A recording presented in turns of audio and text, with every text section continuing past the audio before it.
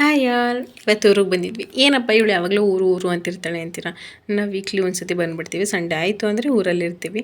ಇನ್ನು ಇಶ್ಯೂಗೆ full cold ಆಗಿಬಿಟ್ಟಿತ್ತು, ಕಫ ಎಲ್ಲ ಕಟ್ಬಿಟ್ಟಿತ್ತು. ಹಂಗಾಗಿ ಬೆಳಗ್ಗೆನೇ ನಿಬಲ್ಜೇಷನ್ ಕೊಟ್ಬಿಟ್ಟು ನಾನು ಸ್ವಲ್ಪ ಬಿಸಿನೀರು ಕುಡಿದ್ಬಿಟ್ಟು ನನ್ನ ಹಸ್ಬೆಂಡ್ಗೆ ಲೆಮನ್ ಟೀ ಕೊಟ್ಬಿಟ್ಟು ನಮ್ಮ ಅತ್ತೆಗೆ ಕಾಫಿ ಕೊಟ್ಬಿಟ್ಟು ಇನ್ನು ಹಿಂದೆ ಬಂದೆ. ಹಿಂದೆ ಬಂದ್ರಂತೂ 2 ಸೀಬೆ ಮರದಲ್ಲೂ ಫುಲ್ಲು ಸೀಬೆ ಹಣ್ಣಾಗ್ಬಿಟ್ಟು ಸೀಬೆ ಮರನೇ ಫುಲ್ ಕೆಳಗೆ ಬಾಗ್ಬಿಟ್ಟಿತ್ತು. ಅಷ್ಟು ಹಣ್ಣುಗಳು ತುಂಬ್ಕೊಂಡಿತ್ತು ಆ ಸೀಬೆ ಗಿಡದಲ್ಲಿ. ಇನ್ನು ಹಣ್ಣೆಲ್ಲ ಕಿತ್ಕೊಬಂದೆ. ಅಷ್ಟರಲ್ಲಿ ನಮ್ಮ ಅತ್ತೆ ಇಶ್ಯೂಗೆ ಕಫ ಆಗಿತ್ತು ಅಂದ್ಬಿಟ್ಟು ರಸ ಕೊಡಿಸ್ತಿದ್ರು. ಏನು ರಸ ಅಂತೀರಾ? ಈ ವೀಳ್ಯದೆಲೆ, ದೊಡ್ಡಪತ್ರೆ ಮತ್ತು ಮೆಣಸು ಇವೆಲ್ಲನೂ ಚೆನ್ನಾಗಿ ರಸ ಇಂಟ್ಕೊಂಡು ಅದನ್ನು ಕುಡಿಸ್ತಿದ್ರು, ಕಫ ಬಂದುಬಿಡುತ್ತೆ ಅಂದ್ಬಿಟ್ಟು. ನಾನು ಮಾಡಿದ್ರೆ ಆ ಥರ ಎಲ್ಲ ಮಾಡಲ್ಲ. ಬರೀ ದೊಡ್ಡಪತ್ರೆ ಮತ್ತು ತುಳಸಿ ಎಲೆ, ಸ್ವಲ್ಪ ಮೆಣಸು ಇವಿಷ್ಟನ್ನು ಹಾಕ್ಬಿಟ್ಟು ಚೆನ್ನಾಗಿ ರಸ ತೆಗೆದ್ಬಿಟ್ಟು ಅದಕ್ಕೆ ಸ್ವಲ್ಪ ಜೇನುತುಪ್ಪ ಹಾಕ್ಬಿಟ್ಟು ಕುಡಿಸ್ತೀನಿ. ಅದರಲ್ಲೂ ಕಫ ಬಂದುಬಿಡುತ್ತೆ.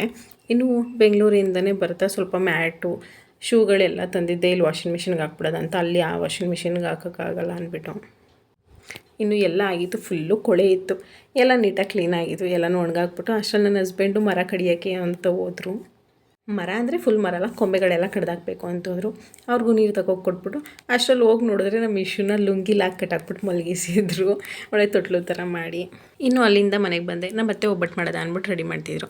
ಸರಿ ಅಂದ್ಬಿಟ್ಟು ನಾವು ಮಿಕ್ಸಿಲಿ ಜಾಸ್ತಿ ಆಡಿಸಲ್ಲ, ನಮ್ಮ ಅತ್ತೆ ಆಡ್ಸೋಕ್ಕೆ ಬಿಡಲ್ಲ. ಮಿಕ್ಸಿಲಿ ಕಿಟ್ಟೋಗ್ಬಿಡತ್ತೆ, ಆಡಿಸ್ಬೇಡ ಅಂದ್ಬಿಟ್ಟು ಅದಕ್ಕೆ ಸರಿ ಅಂದ್ಬಿಟ್ಟು ಒಳ್ಕಲ್ಲಲ್ಲೇ ಆಡಿಸ್ತಿದ್ದೆ ಹೂರ್ಣನ.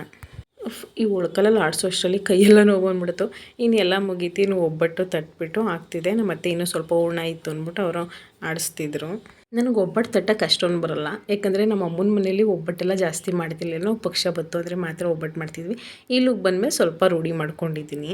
ಒಬ್ಬಟ್ಟಿಗೆ ಸ್ವಲ್ಪ ತುಪ್ಪ ಹಾಕೊಂಡು ತಿಂದ್ಬಿಟ್ಟು ಇನ್ನು ಎಲ್ಲರಿಗೂ ಹಾಕ್ಕೊಟ್ಟೆ. ಇಷ್ಟ ಆಗಿತ್ತು ಇವತ್ತಿನ ವ್ಲಾಗು. ಇಷ್ಟ ಆಗಿದ್ರೆ ಲೈಕ್ ಮಾಡಿ.